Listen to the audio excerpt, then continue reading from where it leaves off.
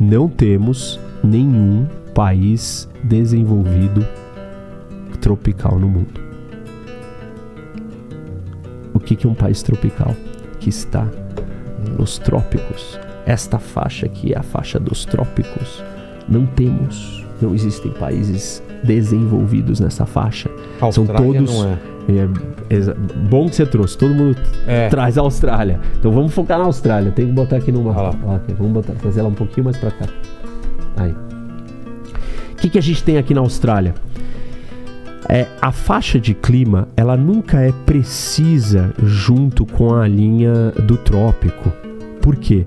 Porque você tem outras variações de altitude e tal, você tem um monte de outros fatores, até inclusive... dos ventos, né? Você tem muitas coisas que alteram um pouco. Por exemplo, os países aqui dos Andes, por que eles estão nessas altitudes absurdas? Para lidar com o calor. São lugares melhores, mais habitáveis do que você tá dentro da floresta amazônica. Exato. Então, existem outras métricas de olhar temperatura, que são outras escalas que são mais precisas. E aí colocam mais ou menos a Austrália, a parte tropical da Austrália aqui. Tá. Essa parte aqui de cima só. E aí eu te pergunto, onde estão as grandes cidades da Austrália? Tudo pra baixo, né? Tudo pra baixo. Onde? Tudo aqui, ó. Sydney, Melbourne. Você tem só a terceira maior cidade, Adelaide, Sydney, Brisbane, que eu acho que é a terceira, que ela tá na zona tropical ali, ela é subtropical, mas o resto são todas aqui embaixo. E é só um pedaço pequeno da Austrália que tá lá. Então percebe, a Austrália tá embaixo aqui. A parte que importa, isso daqui é um grande vazio, né? Aliás, esse meio todo é um grande vazio. Então não dá pra dizer que a Austrália é um país tropical. Então, mas aí não tem outro, tem umas ilhazinhas. E aí a gente pode olhar. Taiwan é uma delas, ó, tá aqui. Então, tá no limite, né? Você tem Hong Kong e você tem Singapura também, que tá aqui, que é no Estreito de Malaca. Mas são ilhas minúsculas. E todos esses outros países são países em desenvolvimento. Eles, naquela corrida inicial, da analogia da corrida que eu expliquei, eles ainda não conseguiram se desenvolver. Isso quer dizer que eles não vão conseguir? Vão conseguir, alguma hora. Mas se eles não reconhecerem o obstáculo que eles têm e trabalharem exatamente com essa geografia, talvez eles não consigam. Eu vou mostrar vários exemplos que o Brasil reconheceu isso e trabalhou e alterou. E isso virou uma vantagem para o Brasil. Mas tem muitas outras partes que a gente ainda não reconheceu. Então, esse é o primeiro elemento do clima. O que mais que o clima traz para o Brasil? Não é só na questão da produtividade que ele afeta. O solo. Exato. O solo do clima tropical é muito ruim. E as pessoas têm uma ideia, mas tem tantas plantas, tantas floresta, como é ruim. As plantas, elas absorvem os nutrientes de outro lugar, e elas estão acostumadas com aquele solo, mas ele é um solo pobre, porque ele não consegue reter os nutrientes. Tem muita chuva, muita água, o solo não é argiloso o suficiente para reter os nutrientes, então ele não tem nutrientes. Tem muita lavagem constante. E como é muito quente, tudo que cai, né, que apodrece, galho, flor, animais, ele se decompõe muito rápido também. Então não fica ali. Então as plantas nesse lugar, né, numa floresta, elas aprendem a capturar seus nutrientes de outro lugar. E aí tem a questão da acidez também. Então, a gente mede um solo em acidez de 0 a 14. 14 sendo o menos ácido. Então o 7 sendo neutro. E abaixo disso sendo ácido, o que é um solo ruim. Porque quando você desmata, ele não vai durar pouco, ele não vai absorver nada. Certo. E aí, por exemplo, um tropical, a gente vai dizer que ele é 5. É um solo 5 nessa escala. Então ele é um solo bastante ácido. E aí a questão do nutriente, nós também temos uma escala que vai de 0 a 50.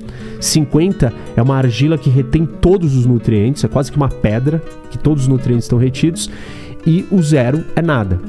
A bacia do Orinoco, aqui na Venezuela, que é no meio da floresta amazônica, ela é 1. Ou seja, baixíssimo retenção de nutrientes. Solo é ruim. O que mais que o clima tropical traz de problema? Um problema que nós vivemos nos últimos 2 anos. doenças. As doenças tropicais são únicas e não foram erradicadas e são um problema só dos países tropicais. As doenças por causa do clima e da vegetação? Tem doenças específicas tropicais. Quais? Malária, dengue, febre amarela, zika, chikungunya. São todas doenças tropicais. Pô, mas malária é esse problema? É esse problema. Hoje, nós temos 240 milhões de pessoas na África que são contaminadas com malária. E morrem 700 mil pessoas ainda, Nossa. 500, 600 mil pessoas por ano. Ainda morrem muita gente. Isso. Agora veio uma vacina. Nesse último ano começou a se testar uma vacina, só que vai custar bilhões de dólares para vacinar, para levar para todo mundo e experimental ainda a vacina.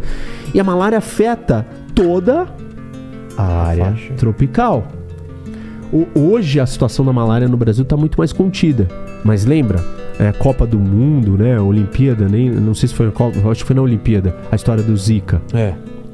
E aí, o desespero. Eram mulheres grávidas que corriam risco de vida pro feto por causa do Zika. Olha, no século XXI. E assim, quem não entende a força da doença, não entendia até ter vivido a pandemia. Exato. A pandemia tá claro o que uma doença faz. Goste ou não goste, ela destrói economicamente, ela tira vidas, ela acaba com tudo. A destruição é massiva, então doença não é pouca coisa. Inclusive eu vou contar uma história aqui, quando a gente evoluiu na conquista do território, que o fator determinante que deu a conquista do Império Inca, um dos fatores foi uma epidemia de varíola. Tá. Mas eu vou chegar lá quando a gente falar um pouco mais da história. Então tá, clima, né? Por quê? Porque nós estamos aqui, nós estamos no clima. Esse clima não é bom. Por que ele não é bom? Ele é legal de viver. Assim, tipo, não quero passar frio, quero ir pra praia, quero tomar uma cerveja, gostoso. Mas, para o desenvolvimento humano, ele é problemático. História da formiga e da cigarra. Certo. E a gente, isso é o que você falou da gente sair descalço nessa corrida. Isso.